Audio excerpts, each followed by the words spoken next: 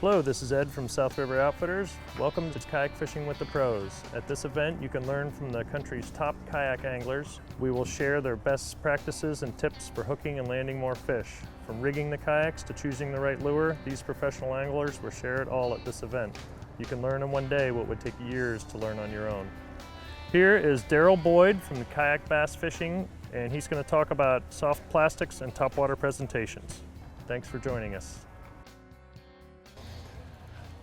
I'm always asked to come talk about bass fishing. There's a lot of great information about saltwater fishing you're going to hear today, but myself and Bill Sikora, we're usually asked to come talk about bass fishing.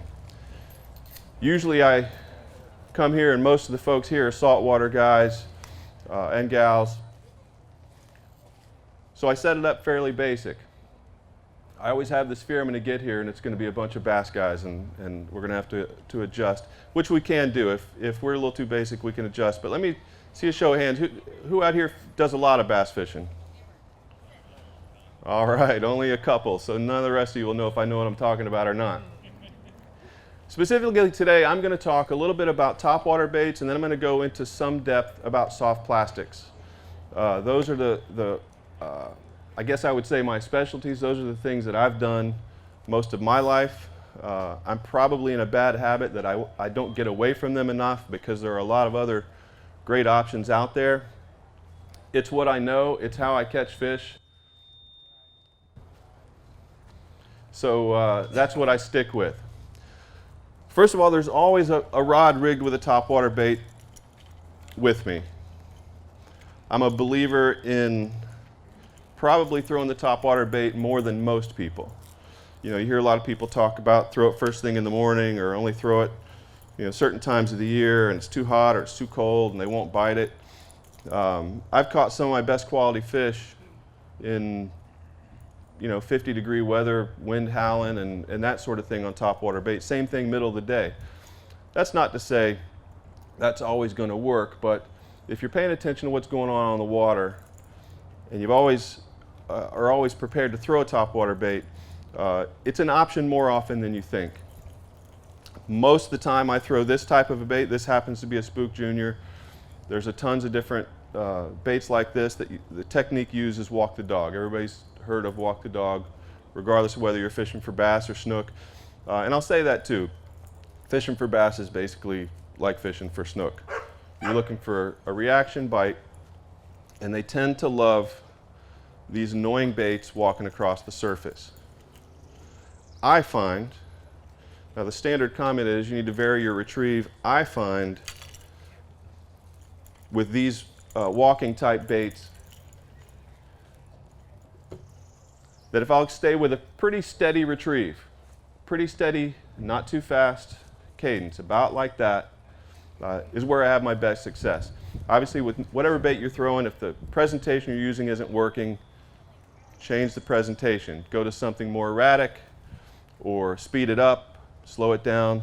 But for me, most of the time, I start out with a nice, rhythmic, slow walk the dog, and I tend to have more success. I just think it might be a little more annoying to the fish. Other types of topwater baits.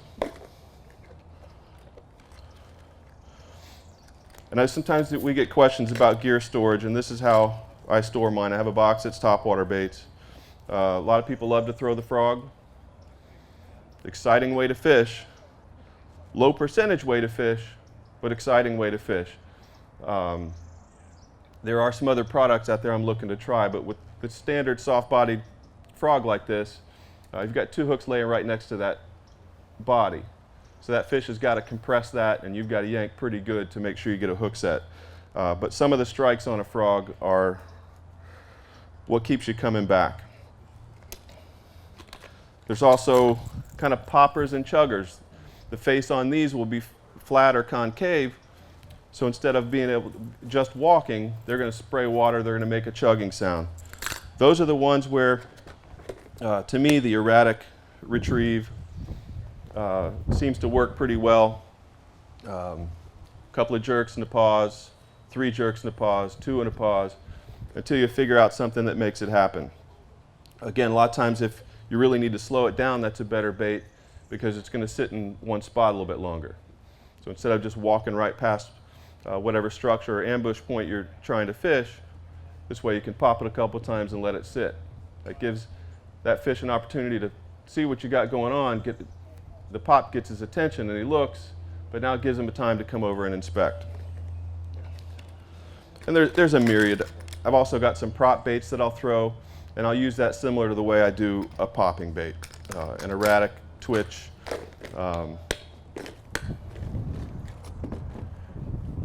Changing up the cadence. And if you haven't used them, another topwater bait that I've gotten out of the habit of using, but I'm trying to get back into a little bit because it is as exciting as frog fishing, that's a buzz bait.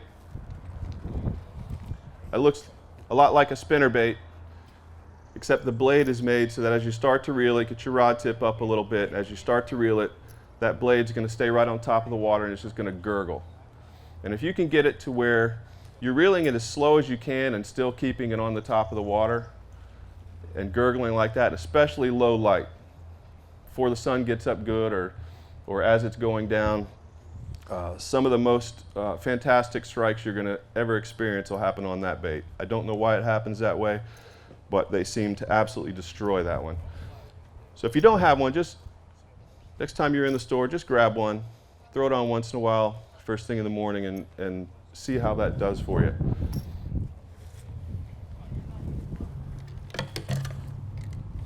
And we're going to get into soft plastics now, but I'll also say as we're talking about topwater baits, a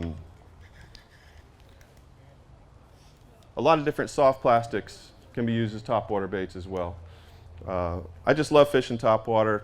Obviously the strike is a lot more fun. And there are baits that are designed specifically for topwater, but again, first soft plastic I'm going to talk about is a swim bait like this. And one way to present that is as a topwater bait. Now I use Bruiser Baits. It's a local company. I happen to really like their stuff. I catch a lot of fish with their stuff. So I've been using them for a few years now, and they make this bait. And there's plenty of people that make them, but it's just a paddle tail swim bait. I will typically rig it on a weighted worm hook, actually a weighted spring lock hook. It's got a spring that you turn the bait onto, and then you just embed the hook,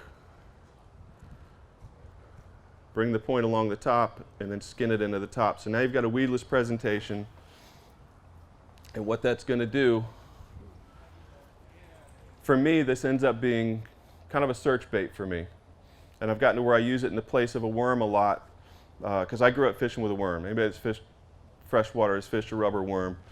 That's what I grew up fishing, but back then that's kind of what you had, the old purple worm. I've started using these, and I've gotten a little bit lazy, and I don't change back and forth a lot, but I end up throwing this on because I can do a lot of things with this. And we were just talking before we came on about one of the things we do as kayak fishermen. If you've done other types of fishing, fished out of a boat or off the land or whatever the case may be, we typically, because we can, we'll stick and move. We'll try to fish the entire lake. And I think one of the great things about kayak fishing is to slow down. Sit still a minute and fish where you are, catch some fish. Well, in order to do that, you need to kind of find a place where fish are more likely to be. You're going to do that a couple ways. You're going to look at the water, you're going to look at the wind, you're going to look for any current, you're going to look for ambush points, and then you're going to start to look for activity.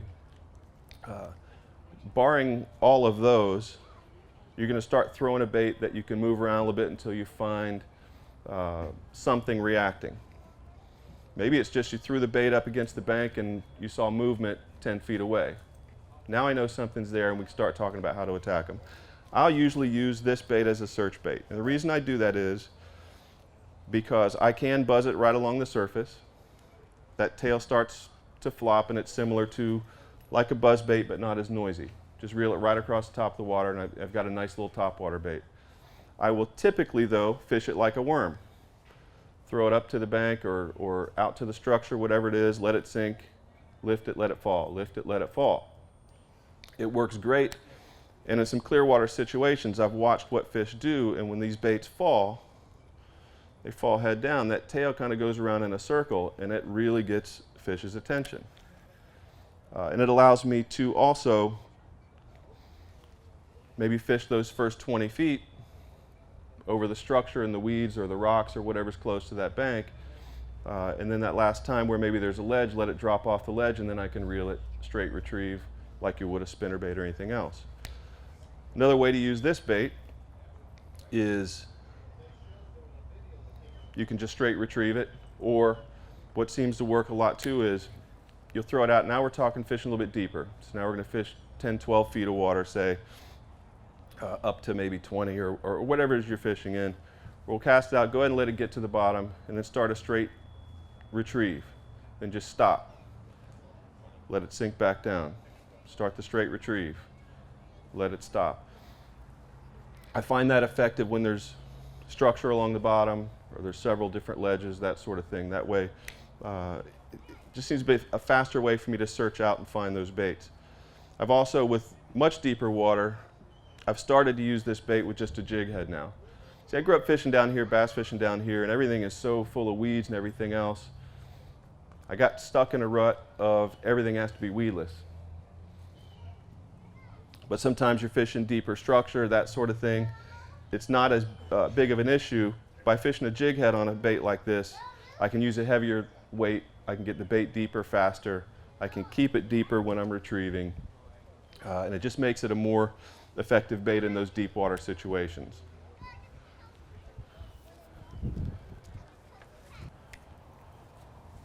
Going back to bait storage, I see a lot of questions about, well, how do you store your soft plastics? I use this kind of a wallet. And the way I do it, because I'm in a kayak and it's a little bit easier, is I have it loaded with a little bit of each type of bait that I'm going to be using. There's worms in here, there's swim baits in here, there's jerk baits in here. This way I can even keep this up front with me and not have to keep digging around and looking through the black pack if I'm looking for a bait. Then I'll carry bags like this. It's quite the filing system I have. It says worms. So if I've done my job correctly, there's worms in here. So if I wanted to get to a different color, or I've run out of my favorite, I can store a bunch of these. These will hold 20 bags of worms. So I can run back into the black pack and get some out.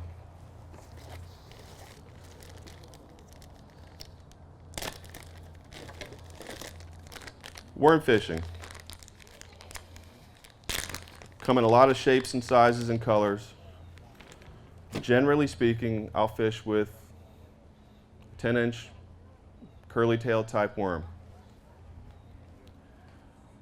Most of us have grown up doing some worm fishing.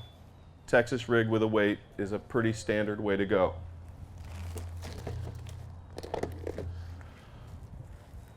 What I like to do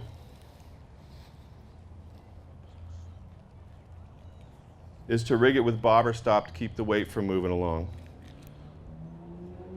So since we have a minute, I'll attempt to do that here. Have you guys seen these bobber stops? Yes. Thank you, ma'am. They are wonderful. I used to use these screw type weights that would screw into the top of the worm, and they're pretty good because they do stay down there, but eventually they'll tear out the top of the worm. And once you've done that, it's kind of done.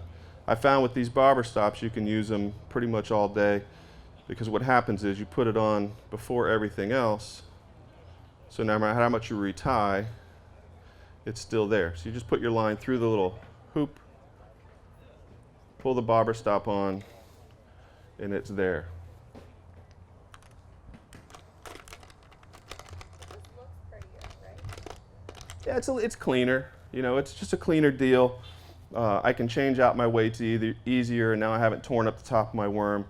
I've gone to using a lot of tungsten weights just because they're heavier for their size, so I can use a smaller weight that isn't going to get hung up as much, but still get the weight. So the weight will go on.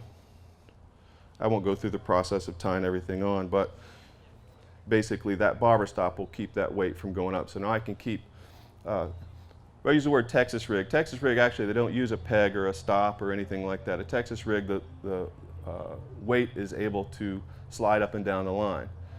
In Florida, and I guess some people will call it Florida rig, we don't do that much because we fish in so much slop that we don't want that weight to fall through the vegetation and leave the worm sitting on the top. So we'll stick a peg or a bobber stop or whatever it is on the top of that sinker, run it right down on top of the worm so that the weight and the worm stay together.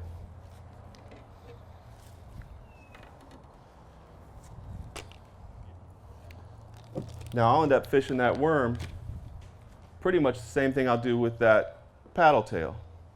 I can pull it across the top if that's what's necessary. I can fish it straight retrieve. I can rise and fall. Rise and fall to me has always been the most effective just because they tend to really hit the bait on the fall. But it's a versatile bait, similar to the paddle tail, and you can use it in all the same ways. I've done the same thing, straight retrieve and let it fall, straight retrieve and let it fall. I mean, I've caught as many fish on a worm as anything else I've ever thrown. Like I say, we grew up fishing with those. And I guess the way I'm approaching this too is for folks who want to get into bass fishing, and the honest answer is if you're a saltwater fisherman, you have some soft plastics or whatever baits you have, you can just use them in freshwater. It's basically the same thing. You may have to get a little bit more weedless in certain situations, but it all works. But bass fishermen are famous for needing to have everything. So you've got to have freshwater baits, and you've got to have, so if you want to do that, if you want to be cool on the bass fishing world and get a lot of stuff, I'm just going to give you a little guide about it. If you want to pick up a few things, what do? Paddle tail swim baits, super versatile bait. If you don't have worms, they're liable to throw you off the lake. You have to have worms. Have to.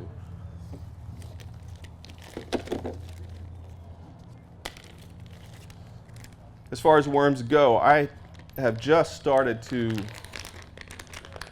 get a little bit more into the stick type worm. A couple of reasons for that. Get really clear water and big clunky presentation isn't working, or the fish are slow. In other words, I can't plow through with the big weighted worm or swim bait or anything like that, and I need to go a little bit more finesse. Stick worm like this. Now I have a few options about how to rig it. Has everybody heard of wacky rig? You've heard of that? Yep. Basically, little baby hook like this. How big? This is probably a 1. Okay. Whatever you like. I happen to use weedless because, again, I have this thing about everything needing to be weedless. There's a couple ways to do it. You can hook it right into the worm so it's hanging sideways, and that's the whole point, is it just hangs sideways and flops around like it's insane. You can also, they make a little tool like this. You slide the worm in there, and then you roll off a little rubber O-ring that goes around the worm. Now you can put your hook through the O-ring and you're not tearing your worm up. Whatever you like, it's all the same. The point of the matter being that you're taking that presentation and you're just, that worm will kind of flutter as it falls to the bottom, and that's kind of what you're doing. You want to stay in contact with it, but you're going to go nice and easy, nice and slow. Throw it out, let it sink. It's going to flutter its way to the bottom. Give it a pop up. It's going to flutter its way to the bottom. You got to stay in contact with that line, though. Sometimes they're going to pull this thing in, and you're going to see it, probably not feel it. See that line move. Go ahead and get on them. The other thing I've done with these worms in those conditions, if I don't want to go that route, is I can go with a Texas type rig.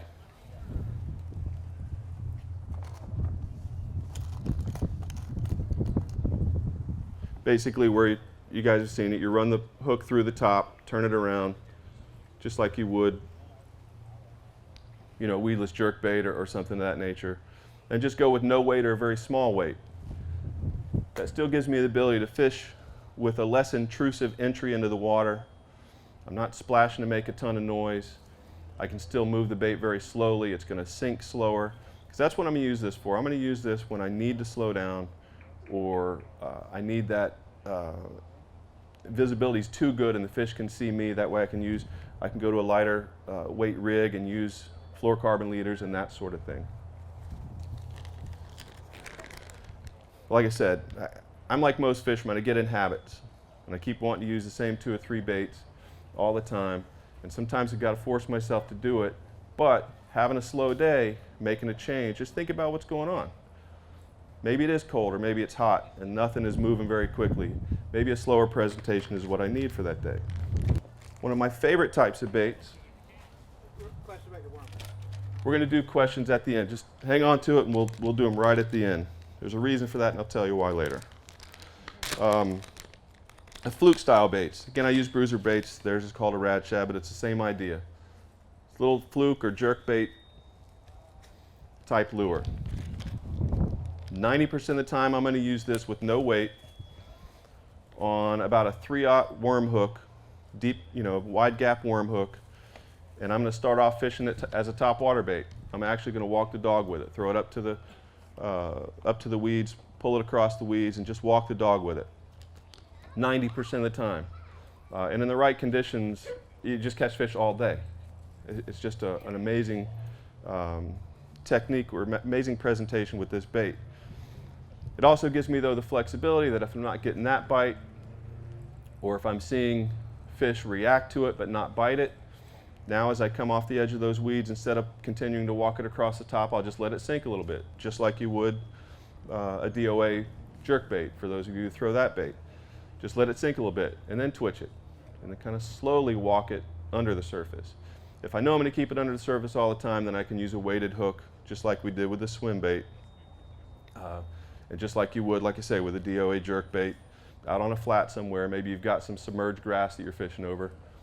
Small weighted spring lock type hook, and just walk it right under the water.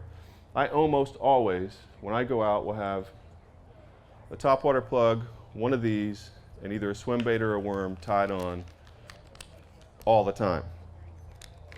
Because I can cover pretty much everything with those. Now you're going to hear from Bill later, who's going to talk about some subsurface lures, which if I weren't so hard-headed, I would use those more.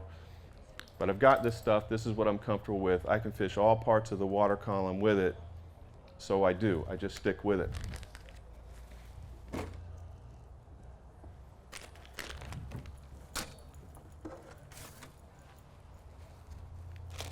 Last baits I wanted to talk about are creature type baits, is what I call them. And you see how well this organization system works for me, right? This is one example. I thought I had another example in here.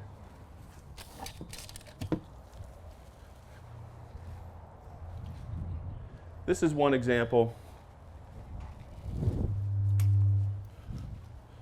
And a lot of times this particular one I'll use in a flipping situation.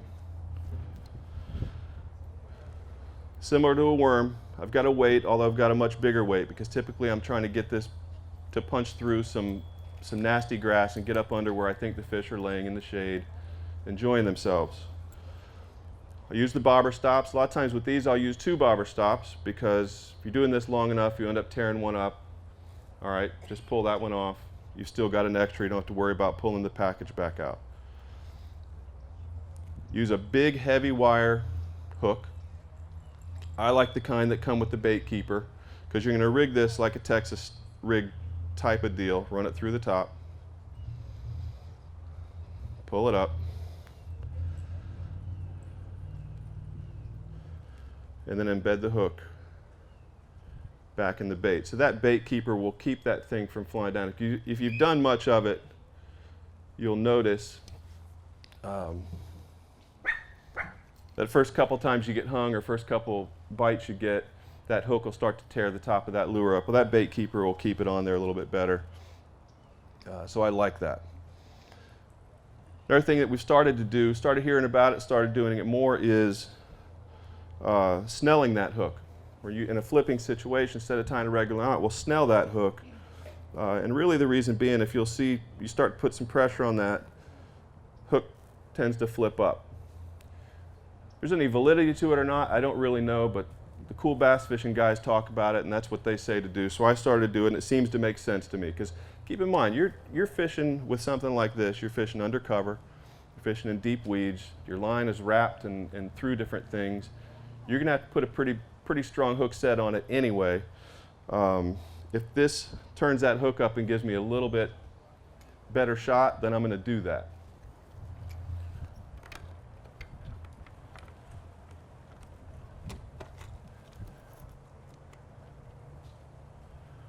Now, wish I could find this other bait. The other thing about creature baits, just like a lot of the other baits, is I can use them a lot of different ways. I know Darren's around here. Darren uses a rage claw. I've got another bait that looks very similar to the rage claw that it's kind of like this. It's got floppy tail on the back. So I can fish it like this in heavy cover. I can fish it just like I did a worm with a smaller weight and a worm hook and that sort of thing. I can buzz it across the top and let the legs flop in the back. Just a ton of ways I can do it. I can use it with a weighted hook. And just like we would with a jerk bait or something like that. And I guess that's my point about soft plastics is, if it were me, I were giving you advice what to buy. I'd go out and get some paddle tail swim baits. What is an absolute must or you're going to get thrown off the lake? Worms. You have to have some worms. And get some jerk baits. If you want to get into the creature baits, okay. But at least start with those three and understand how versatile they are. It's not, the old days we used to, worm fishing was you throw it out, lift it up, throw it out, lift it up. We can fish these things a lot of different ways. You're basically looking at different columns in the water. Are they near the top? Are they moved deep? Are they under structure?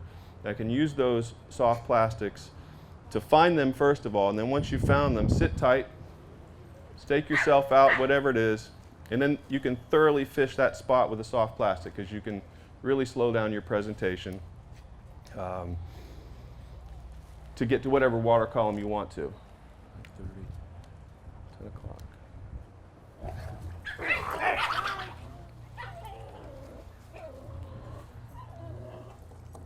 That's not a part of the presentation. Do have a couple minutes. I'll cover one more bait.